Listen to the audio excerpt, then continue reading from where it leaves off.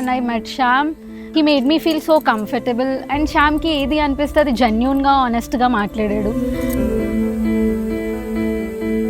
So first time వెన్నెలని కలవంగానే అసలు ఇలా కూడా ఉంటున్నారా ఈ మధ్యన అన్నట్టు ఫీలింగ్ వచ్చింది.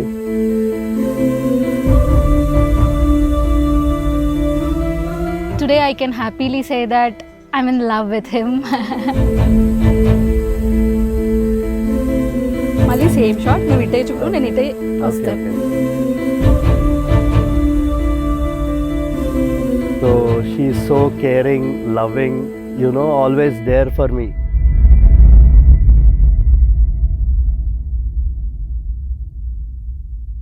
Dhum dhum ta na na, dhum dhum ta na na, dhum dhum ta na na.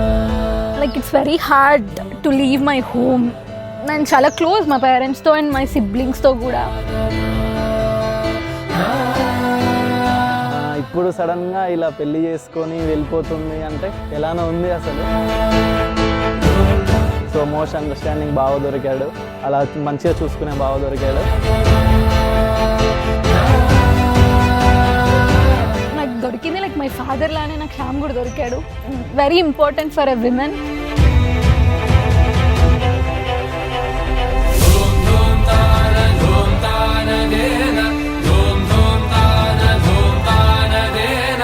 My mom is like the rock of our family. For me and my dad is just fun, but that emotional, that connection.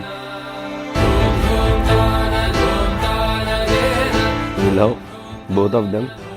Shyam is lovable character for both of us. They are made for each other. Yes. Manchiga. Now I'm very happy. I have a responsible daughter-in-law who can take care of Shyam and her family.